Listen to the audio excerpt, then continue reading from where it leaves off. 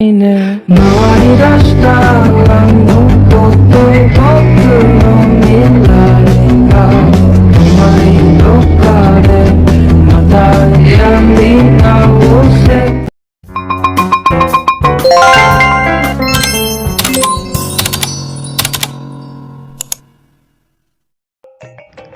Hai guys, jadi kita kali ini akan menuju ke salah satu surau tertua yang ada di Kota Padang dan juga sebagai saksi sejarah perkembangan Islam di Padang. Nah, ini lagi di jalan menuju suraunya ya. Oke, kita cepatkan aja lah ya kan. Dan akhirnya kita sampai. Yeay.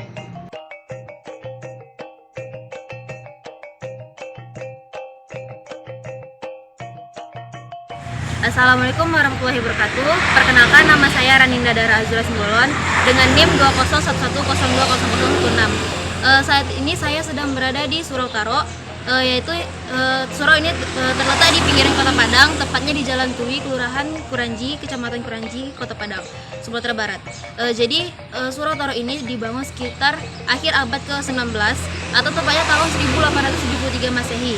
Surau Taro ini memiliki bentuk yang menyerupai rumah tradisional orang Minangkabau, yaitu rumah gadang. Seperti yang dapat kita lihat, Surau Taro ini memiliki bentuk bangunan yang menyerupai rumah gadang.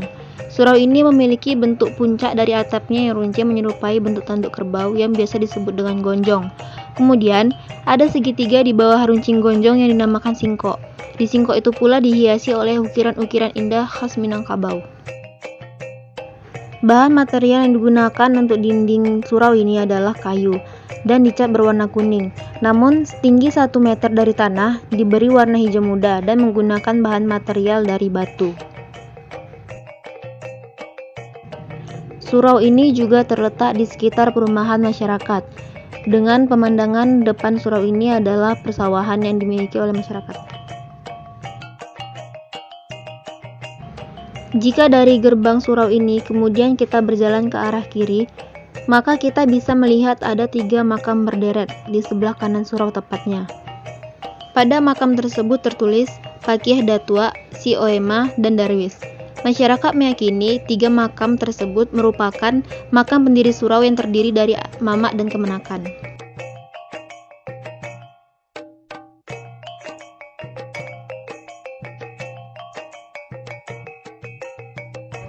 Surau ini walaupun sudah berumur sekitar 1,5 abad, tapi Surau Taro ini masih berdiri dengan kokoh.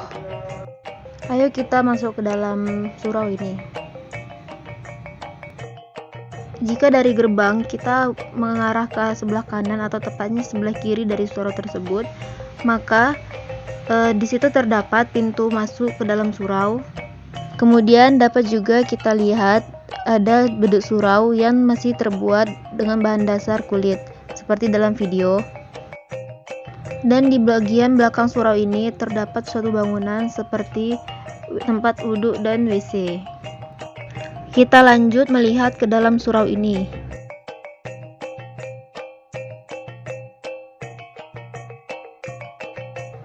Nah, ini dia bagian dalam Surau Taro.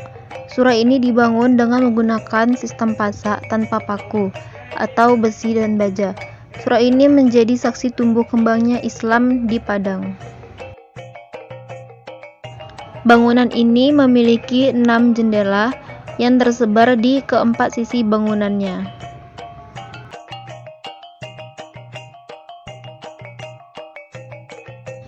Jadi supaya bangunan tetap kokoh, pada bagian bawah lantai surau ini dilakukan pengerasan agar bisa mengalasi lantai kayu surau yang semakin lama semakin lapuk.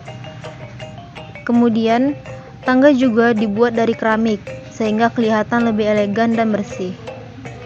Seperti yang dapat kita lihat, lantai surau ini terbuat dari papan.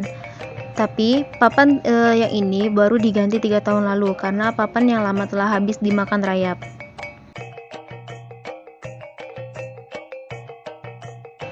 Surau yang sudah berdiri sekitar 1,5 abad ini, meski sudah mengalami banyak pergantian material, namun oleh masyarakat sekitar masih mempertahankan bentuk aslinya. Baik, ini Di surau ini adalah salah satu ciri khas atau keunikan dari surau Taro ini.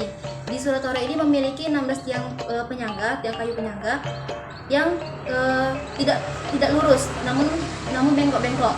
Ini menurut masyarakat setempat ini membuktikan keahlian tukang kayu pada zaman dahulu yang bisa memanfaatkan sumber daya yang ada di alam. Jenis kayu ini adalah jenis kayu laban yang merupakan pengganti kayu jati yang kuatnya hampir sama seperti kayu jati.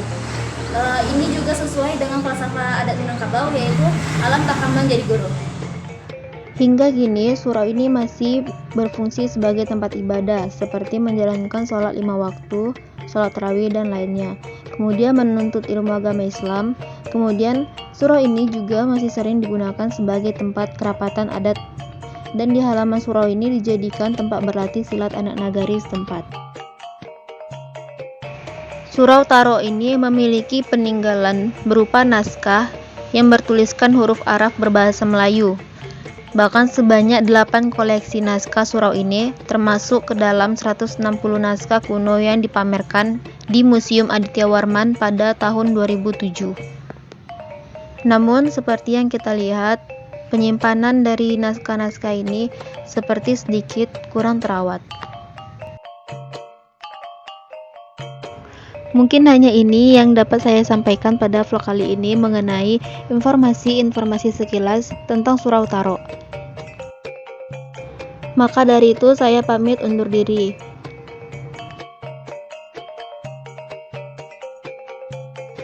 Kemudian jika ada perkataan yang kurang tepat pada video saya kali ini, saya mohon maaf kepada teman-teman sekalian dan saya mohon ampun kepada Allah Subhanahu wa taala. Sekian dan assalamualaikum warahmatullahi wabarakatuh.